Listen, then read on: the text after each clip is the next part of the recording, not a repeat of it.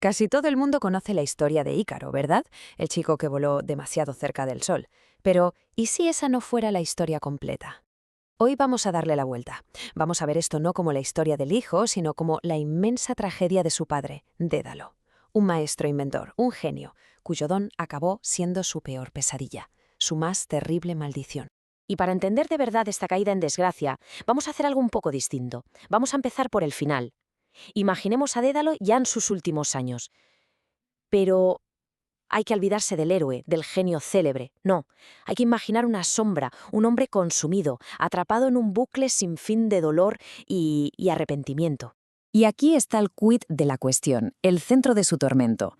Este hombre que había creado auténticas maravillas, barcos que navegaban bajo el agua, lentes para mirar las estrellas, pues bien, toda esa mente brillante, toda esa genialidad, al final quedó reducida a una única cosa, una obsesión: recrear una y otra vez la figura de su hijo Ícaro, porque al final fue la única creación que amó de verdad y, paradójicamente, la única que no pudo controlar. Vale, pero ¿cómo se llega a ese punto? ¿Cómo un genio acaba así? Para encontrar la respuesta tenemos que rebobinar. Mucho. Vámonos a Atenas, bastante antes de pensar en Creta, en el laberinto o en ese vuelo fatal. Es justo ahí, en Atenas, donde se plantó la primera semilla de todo este desastre. A ver, Dédalo era el mayor genio de toda Grecia, y estaba, como es lógico, muy orgulloso de su talento. El problema era su hijo, Ícaro. Para él era una decepción. Lo veía torpe, lento, y claro, esa frustración que sentía se disparó cuando apareció en escena su sobrino, Talos. Porque Talos era exactamente lo que Dédalo siempre había querido en un hijo.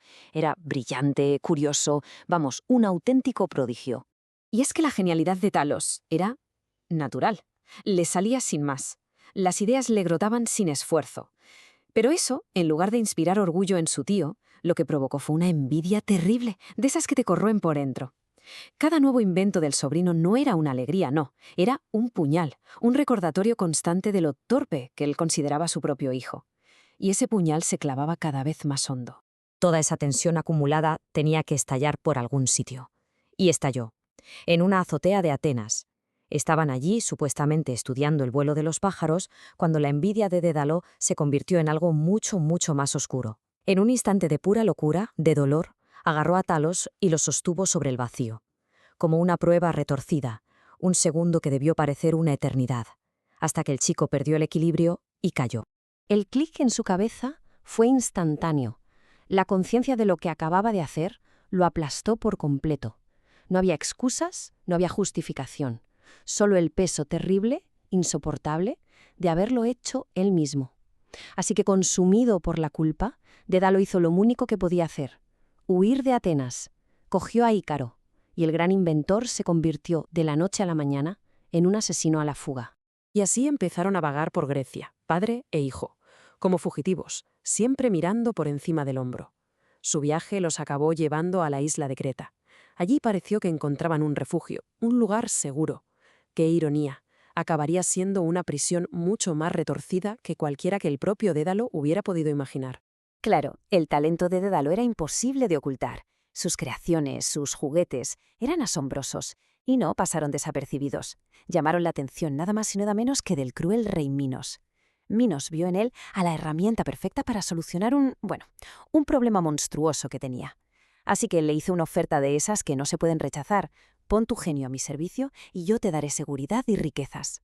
Y de ese pacto nació el laberinto, la que quizás sea la obra maestra más terrible de Dédalo. Porque, pensémoslo, no era solo un edificio con muros y pasillos enrevesados, no. Era un espejo de su propia mente torturada, un lugar lleno de engaños, de callejones sin salida, diseñado para una cosa: contener a una bestia. Pero aquí viene la trampa, la terrible ironía. Una vez que el Minotauro estuvo encerrado dentro, Dédalo se dio cuenta de la cruda realidad. Él y su hijo también eran prisioneros. ¿Por qué? Porque Minos nunca, jamás, iba a dejar marchar al único hombre que conocía sus secretos más oscuros. Dédalo sabía quién era el monstruo y, más importante, sabía cómo salir del laberinto. Así que el gran diseñador quedó atrapado, no por muros, sino por su propio conocimiento. La situación era al límite. Estaban atrapados en una isla con todos los puertos y barcos vigilados. ¿Qué hacer? La mente de Dédalo, acorralada, se fue a la única vía de escape que quedaba: el único camino que Minos no podía controlar, el cielo. Y ahí concibió el plan más loco, más audaz y desesperado de toda su vida. Y se puso manos a la obra. El proceso de crear esas alas fue una mezcla de genialidad pura y desesperación absoluta. Imaginaos la escena, recolectando cada pluma que podía, robando cera de los panales. Cada pequeño paso era un avance hacia una libertad que parecía imposible. Lo que hizo fue copiar meticulosamente a la naturaleza, a los pájaros. Era el único diseño que a esas alturas todavía respetaba. Pero esa frase, tendremos alas, volaremos, no fue solo una promesa, fue una sentencia. Nació de un momento de confrontación brutal, cuando Ícaro, su propio hijo, le echó en cara la muerte de Talos. En ese preciso instante, la determinación de Dédalo se hizo de acero puro. La huida ya no era solo para ser libres, era para escapar de una vez por todas de los fantasmas que le perseguían. Y con todo preparado, llegó el momento de la verdad, el clímax de toda esta historia. El momento en que ese sueño imposible de volar se iba a dar de bruces con la realidad, con la naturaleza humana y con la gravedad. Justo ahí, al borde del acantilado, Dédalo le dio a Ícaro la advertencia más importante de su vida. Las instrucciones eran sencillas, en teoría.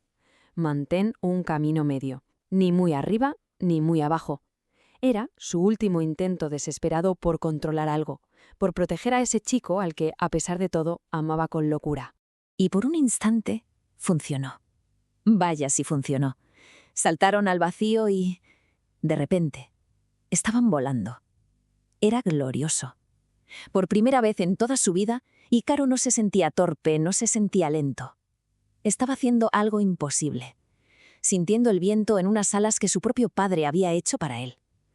La sensación de euforia, de libertad, debió de ser absoluta. Pero claro, con esa euforia, con esa libertad recién descubierta, se olvidó de la advertencia, se olvidó de la promesa. El vuelo dejó de ser una huida y se convirtió en un acto de pura rebeldía, un desafío. Quería superar a su padre, quería llegar más alto, quería tocar el sol. Y cada aleteo lo alejaba más del camino seguro y lo acercaba, sin saberlo, a la catástrofe. Y entonces, el grito, ese último grito de Ícaro, fue el sonido del genio de Dédalo fracasando, de la manera más cruel y devastadora posible. El sol hizo su trabajo. La cera, esa brillante solución, se derritió. Las alas simplemente se desintegraron, y el chico cayó, en picado, directo al mar que, para colmo de la ironía, llevaría su nombre para toda la eternidad. La caída de Ícaro no fue el final de la historia de Dédalo, no. Pero sí fue el final de su alma.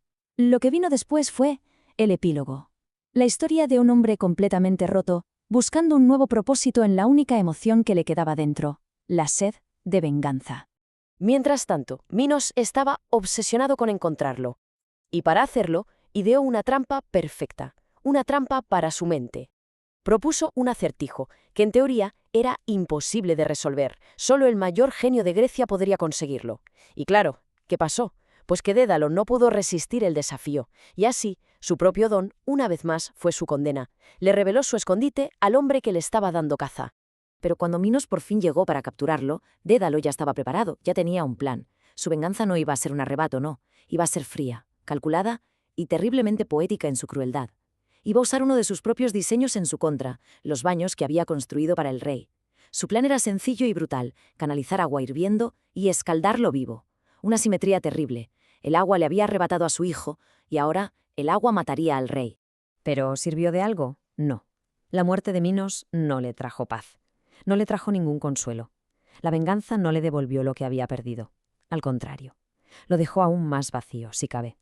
Sentado en su taller, mirando al infinito, experimentando una muerte lenta por dentro, mientras su cuerpo simplemente seguía respirando. Y es que, al final, la verdadera tragedia de Dédalo no es que su hijo volara demasiado alto. La tragedia es él mismo. El hombre que podía construir absolutamente cualquier cosa, el genio capaz de resolver cualquier acertijo, de escapar de la prisión más perfecta. Al final, fue incapaz de construir la única máquina que de verdad importaba. Una que le permitiera cambiar el pasado. Una máquina para deshacer su error más grande y recuperar a su hijo. Y esa es una prisión de la que nunca pudo escapar.